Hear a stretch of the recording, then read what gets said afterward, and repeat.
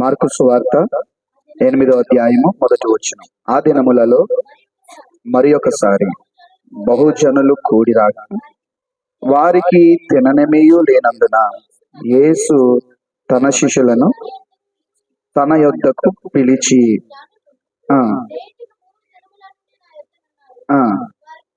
చూడండి, వారికి తిననేమియూ లేనందున నేను వారి మీద కనికరపడుచున్నాను. వారికి తిననేమియూ లేనందున వారి మీద కనికరపడ్డాడు. ఇప్పుడు వారికి తినటానికి ఉందా లేదా అని ఎవరు చూస్తున్నారు? ప్రజల యొక్క ఆహారం గురించి మొదట ఎవరు ఆలోచిస్తున్నారు? ప్రజల గురించి దేవుడే ఆలోచిస్తున్నాడు, ఏం తింటారు వీళ్ళు అని. ఇప్పుడు పిల్లల గురించి ఆలోచించి ఏం పెట్టాలి అని ఆలోచించి ఏం చేస్తారు తల్లిదండ్రులు?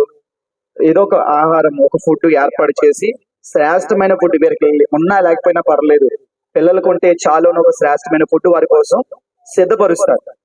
ఒక తల్లి, ఒక తండ్రి బిడ్డల కోసం ఎలా అయితే ఫుడ్ని సిద్ధపరుస్తున్నారో, సాక్షాత్తు దేవుడైన యెహోవా తన ప్రజల యొక్క ఆహారము కొరకు ఆయన సిద్ధపడుతున్నారు. వీరు ఏం తింటారు అని ఆలోచించి వారి మీద కనికర పడుతూ ఏం చేశాడు?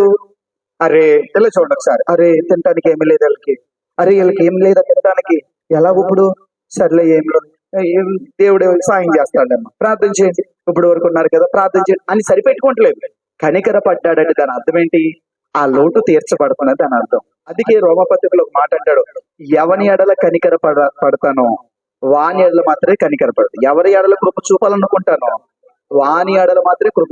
ఏంటి ఆ కనికరం, ఏంటి ఆ కృప అంటే, తినడానికి లేదా సమకూర్చబడుతుంది. శత్రువులు ఉన్నారా, ఇక లేకుండా పోతారు. విజయం లేదా, విజయం సమకూర్చబడుతుంది. శత్రువులు ఉన్నారా, లేకపోతే ఓటమి ఉందా, ఆ ఓటమి దేవుడు ఎలా మారుస్తాడంటే గెలుపుగా మార్చేస్తాడు. వీరికి ఏమి లేదు, తినటానికి ఏమి లేదు. చెప్పండి అందరు కలిసి, ఇది ఎవరు చూశారు? ఇప్పుడు నీ ఇంట్లో ఏముంది? ఏమి లేదని చూస్తున్నాడు. ఏముందో కాదు, ఏమి లేదో చూస్తున్నాడు. నీకు తినటానికి లేదని ఎవరు చూస్తున్నారు? ఇంకో మాట, నీకు అప్పులు ఉన్నాయని ఎవరు చూస్తున్నారు? నువ్వు ఇబ్బందులు ఉన్నావని ఎవరు చూస్తున్నారు? నువ్వు కష్టాల్లో ఉన్నావని ఎవరు చూస్తున్నారు? నువ్వు కుమ్ములు పోతున్నావని ఎవరు చూస్తున్నారు? నువ్వు ఒక కార్యము జరగాలని ఎదురు చూస్తున్నావు, అది ఎవరు చూస్తున్నారు? దేవుడు చూసి చేతులు కొట్టుకుంటలేదు, కాబట్టి చేతులు ముడుచుకుంటలేదు. ఏం చేశాడంటే కనికర పడుతున్నాడు. నేను వారిని ఉపవాసముతో తమ ఇండ్లకు పంపివేసిన ఎడల మార్గములో మోర్చబోదురు, వారిలో కొందరు దూరము నుండి వచ్చి ఉన్నారని వారితో చెప్పాను. దేవుడు అందరి గురించి ఒకలాగానే ఆలోచిస్తున్నారు, కానీ అందులో కొంతమంది ఎక్కడి నుంచి వస్తున్నారట అంటే, సంగమునకు వచ్చిన వారు, నువ్వు మందిరానికి వచ్చిన వారితో దేవుడు ఏం చెప్తున్నాడంటే, వీరికి తింటాకేమైనా ఉన్నాయా అని ఆలోచిస్తున్నాడు. ఆయన ఎందుకు ఆలోచిస్తున్నాడు? ఎందుకు ఆలోచిస్తున్నాడు అంటే, చదవండి అన్నమాట. మత్తయి సువార్త 6వ అధ్యాయము 25వ వచనం. అందువలన నేను మీతో చెప్పినదేమనగా, ఏమి తిందుమో ఏమి త్రాగుదమో అని మీ ప్రాణమును గూర్చి అయినను, ఏమి ధరించుకుందుమో అని మీ దేహమును గూర్చి అయినను చింతింపకుడి. ఎందుకు చింతింపకూడదు? 32వ వచనం. ఇవన్నీ మీకు కావాలనని మీ పరలోకపు తండ్రికి, ఇవన్నీ మీకు కావాలని. ఇప్పుడు మీకు డబ్బు కావాలా? చెప్పండి. ఆరోగ్యం కావాలా? ఉద్యోగం కావాలా? చెప్పండి. ఆత్మీయ జీవిత ఎదుగుదల కావాలా? మంచి ఉన్నతమైన స్థితి కావాలా? ఏం చేస్తారా? వాటితోటి దేవునికి అందకుండా దూరంగా పోతారా? దేవుడు ఎవరో తెలియదు అన్నట్టు వాటిని తీసుకుని వెళ్ళిపోతారా? ఎలాగే ఒక యవనస్తుడు వచ్చారట, ప్రభువా నేను పరలోక రాజ్యాన్ని సంబంధించుకుంటే ఏం చేయాలంటే, ఎన్నైనా నన్ను అడుగుతున్నావు, ఆజ్ఞలు పాటించాడు. అన్ని చిన్నప్పటి నుంచి పాటించేస్తాను అంటే, అయితే నీకు ఇంకా ఒకటి పొదుగుంది, మొత్తం అంతా అమ్మేసి పేదలకు దానం చేసేసి నన్ను వెంబడించి అన్నాడు. వెంటనే అతను ఏమంటాడు అక్కడ, మిక్కిలి బహుధనవంతుడైనందువలన వ్యసనపడుచు ముఖము చిన్నబుచ్చుకొని వెళ్ళిపోయాడు. మళ్ళీ ఎప్పుడు వెనక్కి రాలేదు. కారణం ఏంటి? డబ్బు. ఆ డబ్బు ఎవరిచ్చారు? ఆ డబ్బు దేవుడిచ్చినప్పుడు, దేవుడిచ్చిన డబ్బుని దేవుడి దగ్గరికి రాకుండా అడ్డుపడ్డాయి. అది కదా. ఇప్పుడు దేవుడు డబ్బు ఎందుకు ఇచ్చాడు? ఆయన సేవ చేయడానికి, ఆయన కొరకు బ్రతకడానికి. ఇటు నువ్వు బతుకుతావు, ఇటు దేవుని పని కూడా బ్రతకాలి. ఎందుకు ఆరోగ్యం ఇచ్చాడు? నాకు ఎందుకు జీతం ఇస్తున్నాడు? నన్ను ఎందుకు పోషిస్తున్నాడు అంటే, నా మట్టుకు నేను తినేసి నన్ను, నా భార్యని, నా కుమార్తెని మంచి దాంట్లో ఉంచేసుకుని హ్యాపీగా బతకడానికి కాదు, మరొకరిని బ్రతికించడానికి. ప్రతి మనిషిని దేవుడు బ్రతికించింది ఎందుకంటే మరొకరి బ్రతుక్కి మనం కారణం అవుతామని. హల్లెలూయా. నువ్వు బ్రతికావు కదా, నువ్వు బ్రతికి ఎంతమంది బ్రతకడానికి కారణమయ్యావు నువ్వు? మన దివ్య సాక్షిని కొంతమంది కామెంట్స్ పెట్టారు అనమాట. కామెంట్ లో కొన్ని కామెంట్స్ ఏంటంటే, అక్క మీ సాక్ష్యం ద్వారా నేను యేసు ప్రభుని తెలుసుకున్నాను, అక్క మీ సాక్ష్యం ద్వారా నేను యేసు ప్రభుని నమ్ముకుంటున్నాను, మీ సాక్ష్యం ద్వారా నేను బలపరచబడ్డాను, వెళ్ళిపోయిన వ్యక్తిని మరలా వెనక్కి తిరిగి వచ్చాను. అంటే దాని అర్థం ఏంటి తెలుసా? మనం బ్రతికాము, మన ద్వారా కొంతమందిని బతికిస్తున్నాం. బతికించడం అంటే ఏంటి? తింటాం మానేసి కుక్కలు పిలిచి కుక్కలు పెట్టడం అనుకుంటున్నారా? లేదంటే పేదలకి అనాథలకి భోజనాల ప్యాకెట్లు పంచడం అంత ఈజీ అనుకుంటున్నారా? అవును, దుప్పట్లు పంచడం అంత ఈజీ అనుకుంటున్నారా? రక్తదానం చేయడం, బ్లడ్ డొనేషన్ చేసేయడం అనుకుంటున్నారా? ఇవి శరీర సంబంధమైనవిగా ఒక సామాజికమైన బాధ్యత, మానవత్వంతో కూడిన ఆ బాధ్యత మనకి ఎంత అవసరమో దానికి మించిన బాధ్యత మనది ఏంటంటే ఆత్మీయ జీవితం. Praise the lord. నువ్వు ఇది వరకు బ్రతకలేదు అంటే పాటలు పాడడంలో నువ్వు బ్రతకలేదు, పాడతావు కానీ పాడడంలో బ్రతకడం ఎలాగో నేర్చుకున్నావు. నువ్వు నేర్చుకుని ఎంతమందిని బ్రతికించావు? ఇప్పుడు ఒక డ్రైవర్ ఉన్నాడు అనుకోండి, ఖచ్చితంగా అతడు చనిపోయే లోపు కొంతమంది డ్రైవర్లు చెయ్యాలి. ఇప్పుడు నేను డ్రైవర్ని, నాకు వచ్చి డ్రైవింగ్ వచ్చి ఎలా వచ్చి నాకు డ్రైవర్లు నేర్పారు. సో నేను డ్రైవింగ్ ఫీల్డ్ లోకి వచ్చాను. ఇప్పుడు నేను డ్రైవింగ్ ఫీల్డ్ నేర్చుకున్న నేను ఏం చేయాలి? డ్రైవింగ్ ని నేర్పించాలి. నేర్పిస్తే ఆ డ్రైవింగ్ అనేది నడిపించబడుతూ ఉంటది. అలాగా నేర్పించలేదు అనుకోండి, నాతో పాటు డ్రైవర్ అన్నవాడు చచ్చిపోయాడు అనుకోండి, ఏమవుతుంది? ఇక వాహనాలు బళ్ళు అలాగే ఉంటాయి, దాన్ని తీసేవాడు ఎవడు ఉండడు. Praise the lord. ఇప్పుడు నువ్వు అలా బ్రతికించలేదు కనుక యోసేపుని ఎరుగుని కొత్త రాజు రావాల్సి వచ్చింది. ఎందుకు వచ్చాడు? చెప్పలేదు కాబట్టి, బతికించలేదు కాబట్టి. ఈ రోజు నువ్వు విశ్వాసంలో బతికవా? అయితే విశ్వాసంలో బతికేవారు లేపు. ఈ రోజు నువ్వు పాటలో బతికవా, ఆరాధనలో బతికవా? అంటే ప్రభువుని ఎలా ఆరాధించాలో నువ్వు బ్రతికితే, నీకు తెలిస్తే అలాంటివన్నీ లేపు. Praise the lord. కొన్నిసార్లు వాక్యం చదివి పెట్టేసేదానివి, కానీ ఇప్పుడు వాక్యంలో బ్రతకడం నేర్చుకున్నావు, వాక్యమును భుజించడం నేర్చుకున్నావు. నువ్వు బ్రతికావా? అలాంటి బ్రతకగలిగిన వాడిని మీరు లేపు. Praise the lord. ఎవరైనా నీ దగ్గరకు ఒక ప్రశ్నతో వచ్చారంటే దాని అర్థమైంది తెలుసా? దానికి ముందే జవాబు దేవుడు నీ దగ్గర పెట్టాడని. నాకు తెలియదని వారిని పంపించే, ఖచ్చితంగా ఆ వ్యక్తి నీ దగ్గర పంపడానికి కారణం ఏంటంటే మొదట దాని జవాబు నీ దగ్గర ఉంచే ప్రశ్న నీ దగ్గర తీసుకొస్తాడు. హల్లెలూయా. ఈ రోజు మనకిచ్చిన వాటి మీద మనం మనసు పెట్టాలి, అప్పుడు మనం బతికించగలుగుతాం. మొదట నువ్వు ఎందులో బతికావో నీకు తెలిస్తే ఎలాంటి వారిని బతికించాలో, ఎందులో బతికించాలో నీకు అర్థం అవుతుంది. హల్లెలూయా చెప్పండి. ఇక్కడ ఏమన్నాడండి దేవుడు? చూడండి, మీకు ఏమి కావాలో, ఏమి తినాలో, ఏమి ధరించుకోవాలో అవి వాటి కోసం నువ్వేం చేయకూడదట. ఎంతమంది వీటి కోసం చింతించకుండా ఉన్నారు? ప్రతి ఒక్కరికి బాధ్యత ఏంటి? వీటి మీదే. 1వ తారీఖు వచ్చేస్తుంది. అమ్మో, 1వ తారీఖు వచ్చిందంటే నీలో ఏం కలుగుతుంది? నువ్వు ఎంత మానేద్దాం అనుకునే ఉంటదా? రోగం, పలానా రోగం ఉందయ్యా, దానివల్ల నువ్వు చచ్చిపోతావు, డాక్టర్ మన చెవులో చెప్పడంత వరకు బాగానే ఉంటావు. చెవులో చెప్పాడా? ఇంకా అంతే, తిండి తినేస్తావు, తిండం మానేస్తావు, దిగాలు పడిపోతావు. ఎంతమంది ఎన్ని చెప్పినా సరే ఆనందం ఉంటుందా? ఎందుకు ఉండదు? దానికోసం నువ్వు చింతిస్తున్నావు కాబట్టి, దానికోసం ఆలోచిస్తున్నావు. ఏం ఆలోచిస్తున్నావు? ఎలాగ కుటుంబం ఎలాగా, ఎలాగ అప్పు ఎలాగా, ఎలాగ రోగం ఎలాగా, ఎలాగ ఫీజు ఎలాగా, ఎలాగ బాధ్యత ఎలాగా, ఈ ఎలా తేవాలి, అబ్బాయి ఎలా తేవాలి, ఇవన్నిటి గురించి యేసు ప్రభు ఏం చెప్పాడు? నేను మిమ్మల్ని గురించి. అక్కడ ఏమన్నాడు? 32వ వచనం, ఇవన్నీ మీకు కావాలనని. ఈ మాట ఎంతమంది నమ్ముతారో నాకు తెలియదు, కానీ నీకు కావాలని ఎవరికి తెలుసట? స్కాన్ చేసి మరి చూస్తున్న తండ్రికి తెలుసట. అసలు యేసు ప్రభుని భూమి మీదకి పంపింది ఎవరు? తండ్రి. పరిశుద్ధాత్మను భూమి మీదకి దించింది ఎవరు? తండ్రి. అసలు ఈ సృష్టి అంతా ఎవరు చేశారు? తండ్రి. అసలు ఎవరి ద్వారా నడిపించబడుతుందంతా? తండ్రి ద్వారా. ఇంకా చెప్పాలంటే ఎవరైనా ఆశీర్వాదం ఇచ్చేటప్పుడు కూడా ఏమంటారు? తండ్రి అయిన దేవుడి ప్రేమ ఏసైది కాదు, ప్రేమ పరిశుద్ధాత్మది కాదు, ప్రేమ తండ్రిది. ఆ తండ్రి ప్రేమ ప్రకటించింది యేసయ్య, తనలో నుండి చూపించాడు. ప్రేమ అంటే ఇది నాయన, ప్రాణం పెట్టడమే ప్రేమ. ప్రేమ త్యాగం అవుతుంది. ఇదిగో నేను చూపిస్తా. పరిశుద్ధాత్మ దేవుడు వచ్చి ఎదుటివాడిని ఎలా ప్రేమించాలో నేర్పుతున్నాడు. వీళ్ళందరూ పని చేసేది ఎవరి కోసం అంటే తండ్రి కోసం. ఆ తండ్రి నీ కోసం పని చేస్తున్నాడు. వీళ్ళంతా పని చేసింది ఎవరి కోసం? దేవదూతలు గాని, ప్రధానులు గాని, 24 పెద్దలు గాని, శరాపులు గాని, కెరూబులు గాని, వీళ్ళందరూ ఎవరి కోసం పనిచేస్తున్నారు? తండ్రి కోసం. ఇప్పుడు ఆ తండ్రి ఎవరి కోసం పనిచేస్తున్నాడు? నీకు ఏం కావాలని చింతిస్తున్నాడట. హల్లెలూయా. ఇప్పుడు అక్కడికి వచ్చిన వారి గురించి దేవుడు ఏం చెప్తాడో తెలుసా? వీరికి తినడానికి ఏమీ లేదే. వాళ్ళు ఆలోచించుకుంటున్నారు లేదో నాకు తెలియదు, కానీ వాళ్ళ కోసం ఎవరు ఆలోచిస్తున్నారు తెలుసా? అందుకే ఇప్పుడు మానవుడు తినే ఆహార పదార్థాలను ఎక్కడి నుంచి వస్తాయి అనుకుంటున్నారు? భూమిలో నుండి. ఎక్కడి నుంచి? బంగారం, వెండి, ఇనుము, ఇసుక, ఇటుక, రాళ్ళు ప్రతిదీ ఎక్కడి నుంచి వస్తున్నాయి? ఒక మాట చెప్పడా, భూమిని చేశాక మానవుని చేశాడా, మానవుని చేశాక భూమిని చేశాడా? అంటే మానవుడు కావలసిన ఇందులో ఉన్నాయి. భూమి నుండి ఆహారము పుట్టును అంటే నిన్ను పుట్టించక ముందే నువ్వు ఏం తినాలో నీ కోసం చింతించి మరి భూమిని చేసి పెట్టాడు. Praise the lord. అంతగా ఆలోచించిన దేవుడు ఏం చెప్తాడు తెలుసా? ఇవన్నీ మీకు కావాలని ఉన్నాయి, అవన్నీ ప్రభువు చూసుకున్నాడు.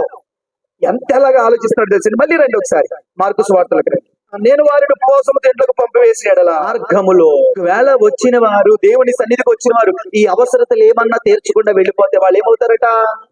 భక్తిలో మోర్చిల్లిపోతారు.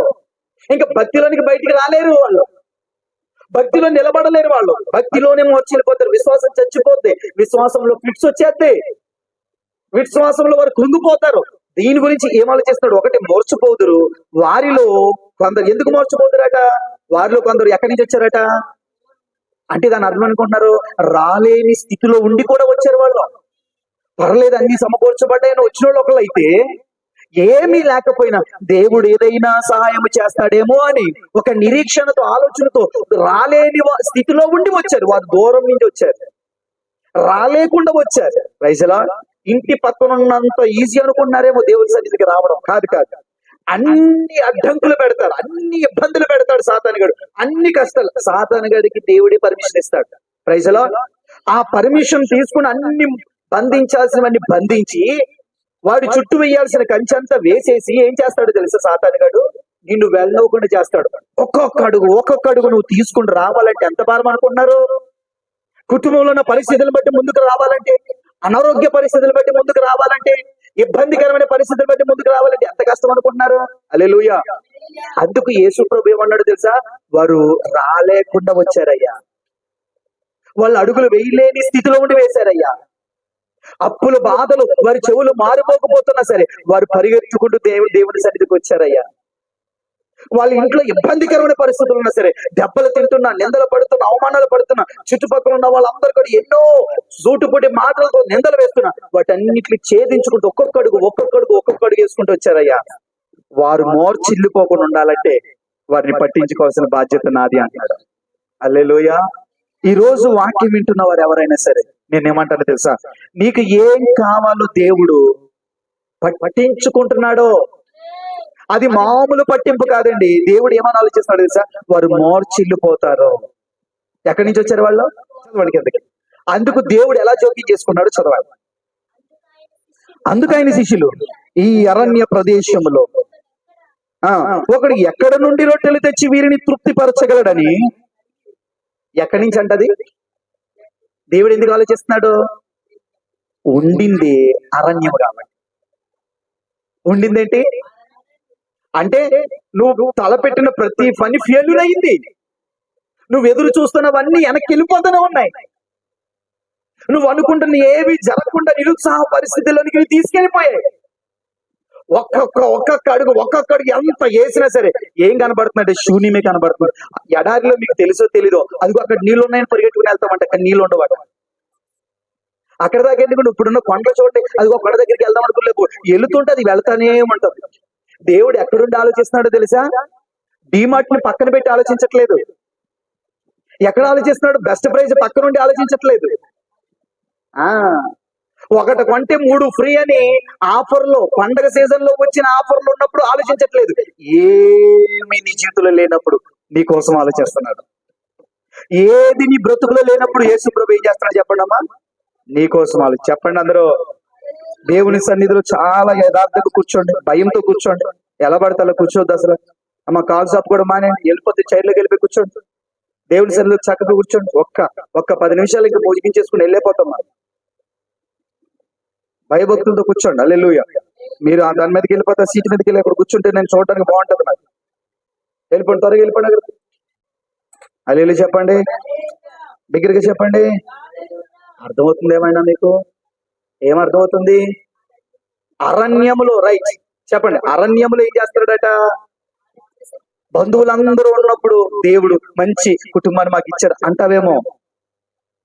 నీ పరిస్థితులన్నీ సమకూర్చబడినప్పుడు దేవుడు ఎంత అద్భుతంగా మా అవసరాలన్నీ తీర్చి అంటావేమో. దేవుడు అప్పుడు కాదు, అరణ్యము లాంటి పరిస్థితులు నీ కోసం ఆలోచిస్తున్నాడు. పడిపోతారేమో వీళ్ళు, మోర్చిల్లిపోతారేమో వీళ్ళు, ప్రార్థనలు లెగలేరేమో వీళ్ళు. Praise the lord. చూడండి దేవుడి తాపత్రయం చూడండి అక్కడ. ఈ అరణ్య ప్రదేశంలో ఒకటి ఎక్కడి నుంచి రొట్టెలు తెచ్చి వీళ్ళు తృప్తి, అసలు రొట్టెలు తినడం పక్కన పెట్టు, తృప్తి కలిగే అంతగా ఎవరు తింటాడు, ఎవరు తెస్తాడు, ఎక్కడి నుంచి తేవాలి, వీళ్ళందరికీ తేవాలంటే ఎక్కడి నుంచి తేవాలి? పైగా ఏంటి ఆ ప్లేస్ ఏంటి? అది ఎవరు చెప్తున్నారు? శిష్యులు చెప్తున్నారు. దేవుడేమో తిండి కోసం ఆలోచిస్తున్నాడు, భోజనం కోసం ఆలోచిస్తాడు, మీ అవసరాల కోసం ఆలోచిస్తుంటే వెనకలోని శిష్యుడు వచ్చి, ఈ అరణ్యంలో వీళ్ళ అవసరాలు తీర్చబడతాయా? ఇంత కఠినమైన పరిస్థితుల్లో, ఇంత ఇబ్బందికరమైన పరిస్థితుల్లో జరగాల్సినవన్నీ వెనక్కి వెళ్ళిపోతూనే ఉన్నాయి. అడుగడుగు కష్టంగానే ఉంటుంది, ఊపిరి పీల్చుకోలేనంత పరిస్థితి వచ్చేసింది. అయినా ఇక్కడ ఎలాగా వాడు తృప్తి పడేంతగా జీవించగలుగుతాడు అంటే యేసుప్రభువు ఏం చెప్తాడు చూడండి. ఆయన మీ యొద్ద ఎన్ని రొట్టెలు ఉన్నవి? హల్లెలూయా. ఇప్పుడు దేవుడు వేటితో విజయాన్ని కలిగిస్తున్నాడు? దేవుడు వేటితో విజయాన్ని కలిగిస్తున్నాడు? మీ దగ్గర ఏముందో దాన్ని బట్టే. అంటే మీ విజయము ఎవరి చేతిలో ఉందో తెలుసా? మీ చేతుల్లోనే ఉంది. గొల్యాతుని ఎక్కడి నుంచి వచ్చి చంపాడు? కత్తి. ఆడి కత్తి తీసుకుని ఆడే కొట్టాడు. హల్లెలూయా. 1000 మంది ఫిలిష్తీయులు వస్తారు, ఈ గాడి దావడేముకొని తీసుకుని వెళ్ళాలనుకున్నాడు సంసోను.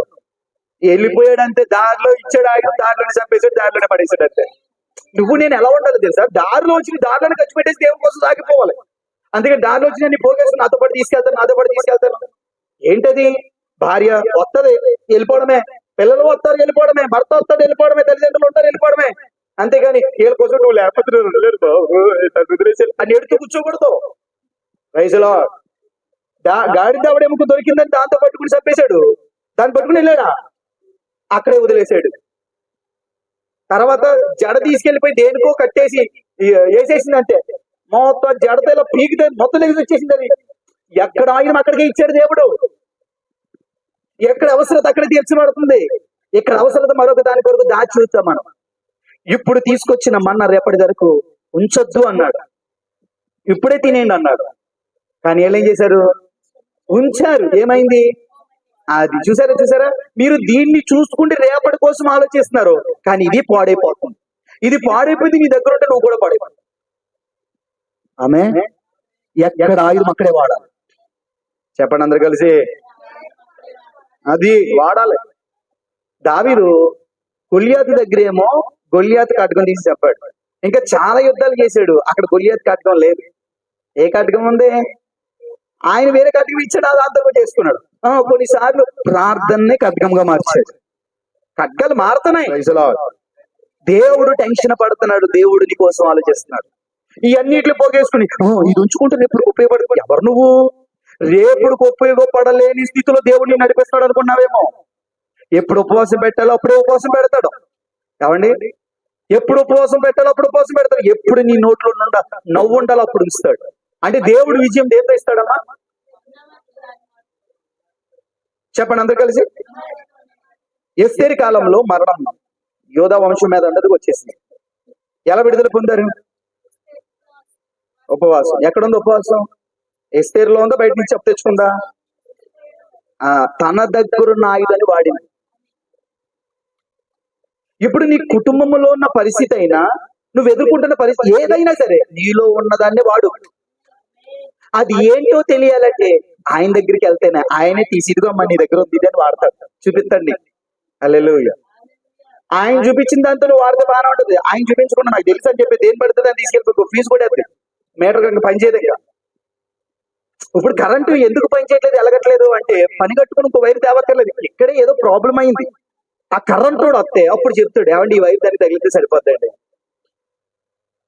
ఆన్ని నువ్వు ఇది చేయకుండా నీ అతను నువ్వు సొంత కొట్టేసావు అనుకోండి, ఒకటే ఇల్లంతా కాలిపోద్ది, 2 ఆ ఇల్లుతో పాటు నువ్వు కూడా కాలిపోద్ది. చాలా మంది అలా కాలిపోయారు, సొంత కొట్టుకుని సొంత నడిపింపులకు వెళ్ళిపోయి. హల్లెలూయా. ఈ రోజు మీ కన్నులు తెరవబడును గాక, మనోనేత్రాలు తెరవబడును గాక. నీ యొద్ద ఎన్ని రొట్టెలు ఉన్నాయి? ఒక ఆవిడ వచ్చింది ఎవరి దగ్గరికి? ఎలీషా దగ్గరికి. వచ్చి నా 2 పిల్లల్ని పట్టుకెళ్ళిపోవడం అప్పులో వచ్చేసారంటే ఏమంటాడు? నీ యొద్ద ఏముంది? ప్రభా నాయనా నా కూతురు చచ్చిపోవడం సిద్ధంగా ఉందంటే నీ విశ్వాసమే. పక్కోడు తెచ్చుకోమన్నాడా? ఎక్కడుంది అది? అంటే ఇవన్నీ ఆయనకంటే గాడి దవడం ఉంది, ఈయనకంటే గొల్లియాత్ కత్తి దొరికింది, ఈయనకంటే విశ్వాసం ఉంది, ఆవిడకంటే నూనె ఉంది, మరి నాకేముంది? నువ్వు ఆయనతో గడుపుతూ ఉంటే నీ మీద కొత్త ఉంటది. నువ్వు ఆయనతో లేకుండా ఇంకేముంటది నీ దగ్గర? అందరికి ఉన్నట్టే నాకు ఉన్నదని భ్రమపడిపోకు. ముందు ఆయనతో గడిపితే ఆయన రిలీజ్ చేస్తాడు ఒక్కొక్కటి. Praise the lord. మనుషులైన ఒక్కసారి గిఫ్ట్ ఇచ్చి రెండోసారి గిఫ్ట్ మానేస్తారు, కానీ నువ్వు ఎన్నిసార్లు అన్నిసార్లు గిఫ్ట్లు ఇస్తూనే ఉంటాడు అది దేవుడు. అది వాగ్దానంతో కూడింది, అది ఉచితముగా కూడింది, అది పరలోకపు సంబంధమైన దీవెనది. నీకు ఇస్తానే ఉంటాడు అది. అది నువ్వు తీసుకోవాలి. చెప్పండి, విజయం ఎక్కడ దాకా ఉంది? నీలో నుండి స్టార్ట్ అవుతుంది. నీ కరువు ఎందులో తీరుతుంది? నీలో నుండి. నువ్వు ఎంతకాలం నుంచో ఎదురు చూస్తున్న సమస్య ఎలా పోతుంది? నీ ద్వారానే పోతుంది. అసలు ఏదైనా సరే అది ఎక్కడ దాగుందంటే నీలోనే దాగుంది. నువ్వేమో ఎవరు వస్తారా, అందరూ వస్తారని ఎదురు చూసి చూసి చూసి చివరికి నీకు అర్థమైపోయింది నేను ఒంటరి. దేవుడు కూడా అదే అన్నాడు, నీలో ఒంటరి అయిన వాడు అని ఆయన చెప్తున్నాడు. నువ్వు ఒంటరిని ఎప్పుడు వెళ్తావో నువ్వు 1000 మంది అవుతావు. అక్కడ కూడా ఎక్కడ దాగుంది? ఎవరి దాగుంది? నీలోనే. నీ యొద్ద ఏముంది? ఏదైనా సమస్య ఉందా? వెంటనే పక్కన కాదు, అక్కడ కాదు, ఇక్కడ కాదు, నీలోనే ఉంది. ఏదో ఉంది మొత్తం. దావీదు యొక్క భార్యల్ని, దావీదు యొక్క పిల్లల్ని, దావీదుతో పాటు ఉన్న భార్యలు అందరినీ పట్టుకెళ్ళిపోయారు. వారి ఆస్తి అంతా కూడా మొత్తం వాడు గుడారాలని ఏం చేశారు? అగ్నితో కాల్చేశారు. వెళ్ళిపోయిన వాటిని మళ్ళా తేవడానికి ఎవరి దగ్గర ఉంది? ఆకీష్ రాజా మీ దగ్గరకు వచ్చి రావడం వల్ల ఎలా జరిగింది? మీరు వెళ్ళి వాళ్ళకి షార్ట్ కట్లు వెళ్ళి వాళ్ళందరూ మా దగ్గర తీసుకొచ్చారు అన్నాడా? వాళ్ళందరినీ ఎవరు తీసుకొచ్చారు తెలుసా? వాళ్ళే. ఎలా తీసుకొచ్చారు తెలుసా? ఎఫోదును ధరించుకుని మొదట వెళ్ళాల్సిన వాడి దగ్గరికి వెళ్ళారు. అంటే ఎక్కడ సమస్య తీరింది?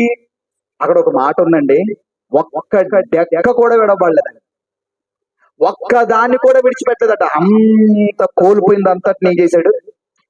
ఈరోజు నేనేమంటా తెలుసా? నీ ఆత్మీయ జీవితంలో ఎన్ని వరాలు, ఎన్ని తలాంతులు, ఎన్ని అవకాశాలు కోల్పోయావో నేనేమంటానంటే మరల వాటన్నిటిని ఒక్కటి కూడా విడిచిపెట్టుకుని అన్ని సమకూర్చగలవాడు మనం.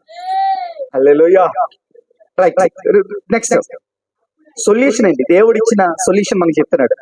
అప్పుడు ఆయన నేల మీద కూర్చుండని ఒకటే సమస్యకి సొల్యూషన్ ఏంటంటే నీలో ఉంది, నువ్వే. రెండోది నేల మీద ఏం చేయాలట? ఎక్కడ కూర్చోవాలి అంటే అందరు ఎక్కడ కూర్చుంటున్నారు? పైన చూస్తున్నారు, పైన కూర్చుంటున్నారు. నువ్వు పైన కాదు కూర్చోవలసింది, కింద కూర్చో. దేవుడు చెప్తున్నాడు కింద కూర్చోబెట్టు అంటే దాని అర్థం ఏంటంటే నేల మట్టుకు ఎవరైతే తమను తగ్గించుకుంటారో వారి జీవితంలో దేవుని కార్యం జరుగుతుంది. ఏం చేయాలి? ఒకటి నీలోనే ఉంది, రెండు తగ్గించుకోవాలి. నేల మట్టుకు తగ్గించుకోవాలి. అందులోకి వెళ్తాను, అసలైన మ్యాటర్ ఉంది. ఇవన్నీ లైన్ ప్రకారం అవుతున్నాను. నేల మట్టుకు ఏం చేయాలి?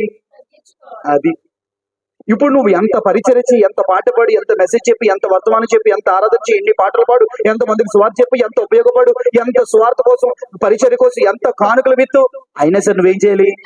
నేల మీద ఉండాలి. కూర్చో. చెప్పండి ఏం చేయాలి? దావీదు ఎంత విజయాన్ని పొందినా ఎక్కడ కూర్చున్నవాడు?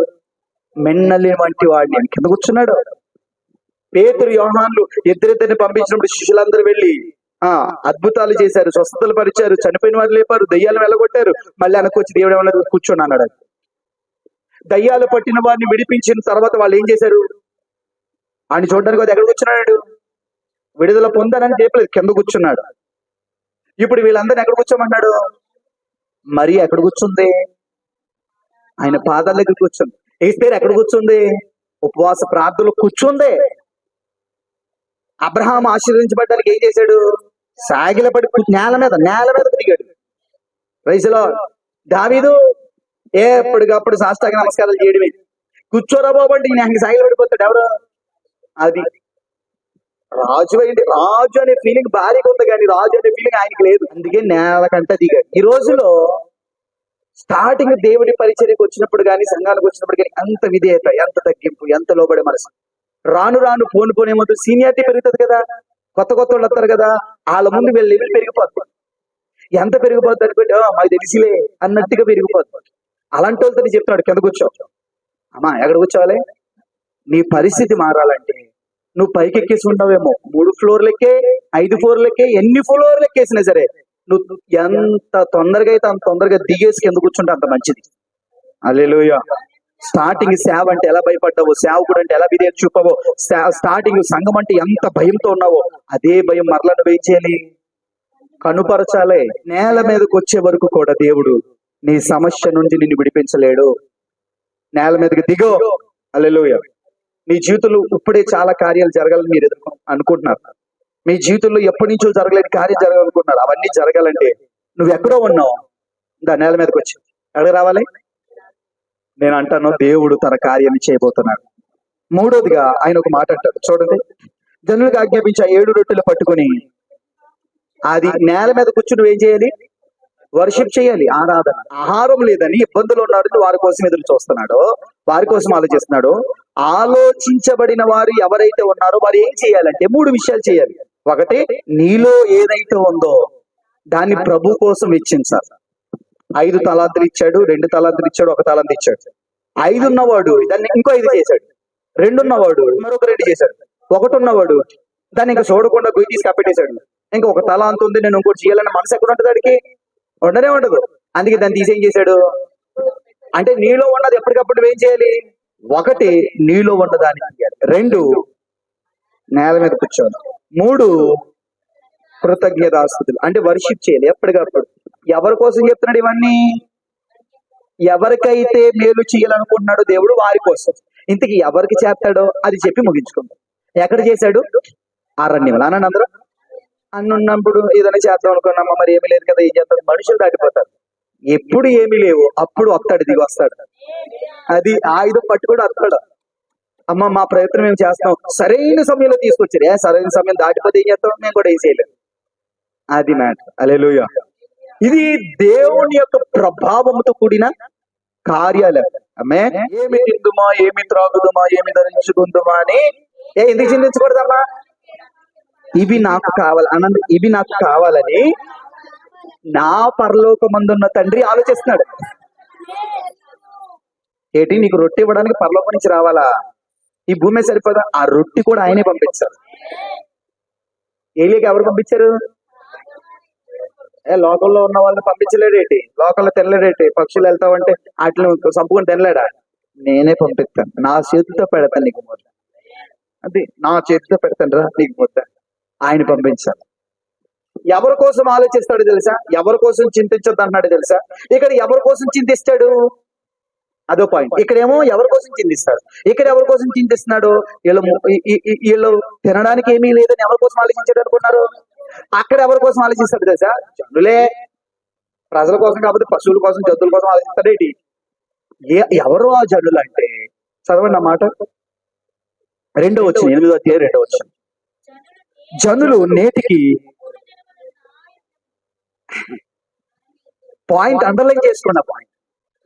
ఎవరి కోసం ఆలోచిస్తాడంటే అలాగా ఆయనతో 3 రోజులు ఉన్న వాళ్ళ గురించి ఆలోచిస్తున్నాడు.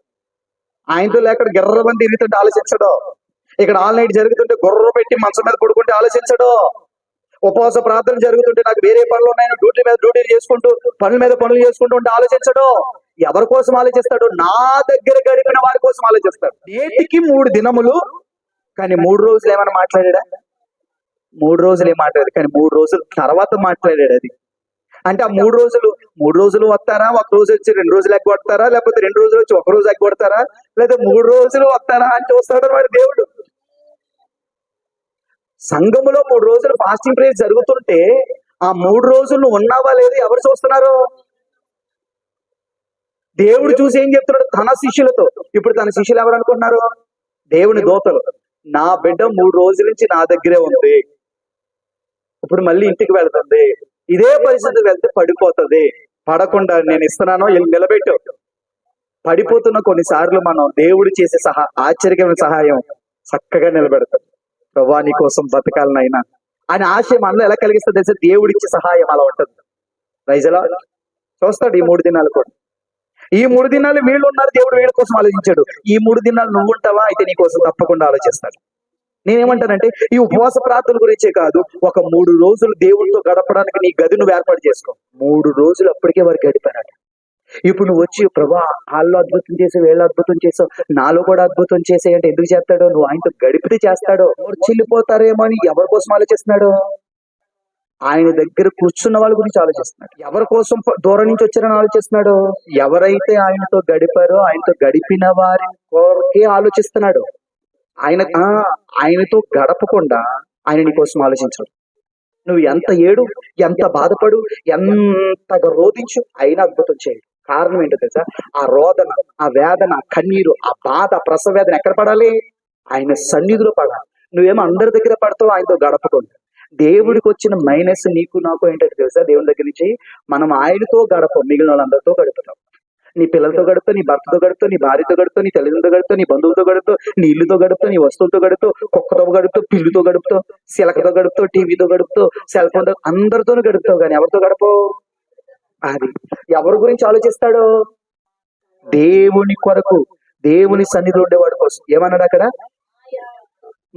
నేటికి 3 రోజులు అయిపోయింది నా దగ్గర. నీకు ఎప్పుడైనా కన్నీరు ఉంటే 3 రోజులు ఉండి పేలిపోయి 3 రోజులు ఉపవాసం పెట్టేసుకో. ప్రభా నేను కదలనయ్యా, నువ్వు నా జీవితంలో అద్భుతం చేసావు, నేను కదలనా అని పెట్టుకో. నిజంగా దేవుడు అద్భుతం. ఇంకో అద్భుతమైన విషయం చెప్పనా? ఏం తిందుమా, ఏం త్రాగుదామా, ఏం ధరించుకుందామా అని వీటి కోసం మీరు చింతించద్దు. ఇవన్నీ మీకు కావాలనని మీ పరలోకపు తండ్రికి తెలియాలన్నప్పుడు మరి చేసే ప్రభావం అంటే చేసేయాలి కదా. చేయడట. ఎవరికి చేస్తాడు? మొదట ఆయన రాజ్యమును నీతిని వెతికిన వారికి మాత్రమే ఈ వాగ్దానం అనేది అప్లై చేయబడుతుంది. దేవునికి స్తోత్రం. Praise the lord. అంటే ఎవరి కోసం దేవుడు ఆలోచిస్తున్నాడు? పరలోకపు తండ్రి ఎవరి కోసం ఆలోచిస్తున్నాడంటే ఆయన రాజ్యాన్ని, నీతిని వెతికే వారి కోసం. ఇక్కడ ఎవరి కోసం ఆలోచించాడు? ఆయనతో గడిపేవాడు. ఇందులో మూలాంశం ఏంటనుకుంటున్నారు? ఆయనతో గడుపుట. నీకున్న బాధను బట్టి ఏడవడం పక్కన పెట్టు, ఆలయాల దగ్గరికి వెళ్ళడం పక్కన పెట్టు. నీ నడుము బిగించుకుని, నేనేమంటారు తెలుసా? నడుము బిగించుకొని పట్టుని కసి తెచ్చుకొని ఎక్కడికెక్కడికో తిప్పలు పడ్డం ఎందుకు? ఒక 3 రోజులు నా దేవునితో గడుపుతాను. ఒక 3 రోజులు ఉపవాసం పెట్టుకుని గదిలోకి వెళ్ళిపోండి. నువ్వు దేవునితో గడపండి. 3 రోజులు ఉపవాసం ఉండి ప్రార్థించింది. నేనేమంటారు తెలుసా? ఆలోచించడం మొదలు పెడతా. నువ్వు పడిపోతున్నావని ఆలోచిస్తాడు. నువ్వు తినటానికి, త్రాగడానికి, కట్టుకోవడానికి ఏం కావాలో నీకంటే నీ పిల్లలకి, నీ కుటుంబంలో ఉన్న వారికి అందరికి కూడా ఆయన జోక్యం చేసుకుంటాడు. Praise the lord. అందులో అద్భుతమైన విషయం చెప్పిన, అప్పులు ఉన్నాయని కూడా చూస్తాడు జనపేట. అప్పుల కోసం ఎన్నో తిప్పలు పడుతున్నావా? నీలో ఉన్న వాటిని బయటికి తీయడానికి 3 రోజులు ఆయనతో గడుపు.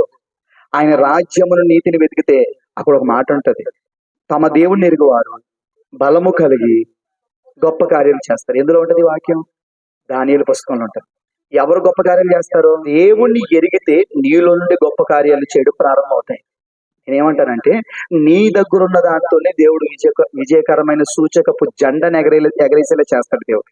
ఇదంతా ఎక్కడుందంటే ఇప్పటికీ నాలోనే ఉన్నాయి. మరి నాలో ఉన్నాయి చేసేటంటే పని అవుతాం. ముందు ఎవరితో ఉండాలి? మొదట ఎవరిని వెతకాలి? ఆయన రాజ్యాన్ని, ఆయన నీతిని వెతుకో. మొదట ఆయనతో గడపడం నేర్చుకో. నేటికి 3 దినాలు నాతో ఉన్నాడని దేవుడి ఒక అద్భుతమైన సాక్షి వినిపించుకో. నువ్వు దేవుడు చెప్పగలడా? నేటికి 3 రోజులైంది నాతో ఉండి నా కుమార్తె, నా కుమారుడు అని చెప్పగలడా? నువ్వు ఏడుస్తున్నావు కదా, నీ కన్నీరు, నీ వేదన, నీ సమస్య ఎన్నో అనుకున్నా. చెప్పాలంటే కొంతమంది త్యాగాలు చేసేస్తే ఎంత పరిస్థితికి వెళ్ళిపోతారు. కొంతమంది కిడ్నీలు అమ్మేస్తే పని అయిపోద్దేమో, లేకపోతే మేళ్ళకి దూకేస్తే పని అయిపోతుంది. అవన్నీ అవసరం లేదు. ఒక్క 3 రోజులు ఉపవాసం ఉండి దేవుని స్థలంలో గడపడం నేర్చుకో. ఆయన నీ కోసం ఆలోచించడం ప్రారంభిస్తాడు. హల్లెలూయా. చెప్పండి హల్లెలూయా. నీ తల్లి అయినా నీ కోసం ఆలోచిస్తుందో లేదో నాకు తెలియదు, కానీ నీకు తిండి లేదని నీ కోసం ఆలోచించే ఒక తండ్రి ఉన్నాడు మనకి. నీ తిండి కోసమే ఆలోచిస్తున్నాడంటే నువ్వు ఎదుర్కొంటున్న సమస్య కోసం ఆయన ఆలోచించడా? నువ్వు ఎదుర్కొంటున్న శోధన గురించి ఆయన ఆలోచించడా? నీ కుటుంబ భవిష్యత్తు ఆయనకి ఆలోచించడా? కొంతమంది ఆయనకు అప్పగించరు, ఏళ్ళే పోగేసుకుని వెళ్ళిపోతారు. నేనేమంటారంటే మనుషుల సహాయం ఎంతవరకు ఉంటది? కొంతవరకే. అది ఇరిగిపోయే వరకు నువ్వు వెళ్తానంటే వెళ్ళిపో. విరిగిపోయిందనుకో మళ్ళీ అక్కడి నుంచి వెనక్కి వస్తావో లేదో కూడా తెలియదు.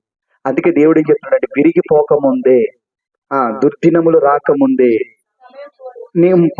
వెళ్ళిపోకముందే ఇప్పుడే సృష్టికర్తని దేవుని వైపు తిరుగు. ఆయన వైపు తిరిగి ఆయన రాజ్యాన్ని వెతుకు. ఆయనతో 3 దినాల్లో గడపడం నేర్చుకో.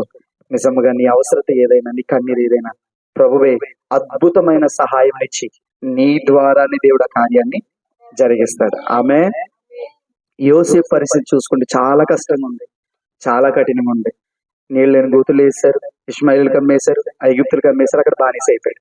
చెయ్యని నేరం మీదపడి 2 సంవత్సరాలు జైల్లో ఉన్నాడు. కానీ అద్భుతం విషయం చెప్పిన, ఎవరైతే వేశారో వారికి కూడా భోజనం పెట్టడానికి ప్రధానమైన కర్తగా దేవుడు నియమించాడు. అది ఎవరి ద్వారా జరిగిందంటే ఆయనలోనే జరిగింది. అదేంటో నువ్వు బయటికి తీయగలిగావు. యోసేపు తీశాడు, మోషే తీశాడు, అబ్రహం గారు తీశాడు, ఏలియా తీశాడు, ఎలీషా తీశాడు, అవును అపోస్తలుడైన పౌలు తీశాడు, శిష్యులు కూడా తీశారు. ఈ రోజు నువ్వు నేను కూడా తీయగలిగితే, అలా ఎప్పుడు తీయగలుగుతావు? ఆయనతో గడిపితే తీయగలుగుతావు. ఖచ్చితంగా ఆయనతో గడుపుదాం, డిసైడ్ అవుదాం. ఆయనతో గడిపిన తర్వాతనే దేవుడు మన కోసం ఆలోచించడం ప్రారంభిస్తాడు. అలాంటి కృప దేవుడు మనందరికీ దయచేయను గాక. ఒక మంచి తీర్మానంతో ప్రార్థన చేసి ఈ స్థలాన్ని ముగించుకుందాం. కళ్ళు మూసుకోండి, ప్రార్థన చేసుకుందాం.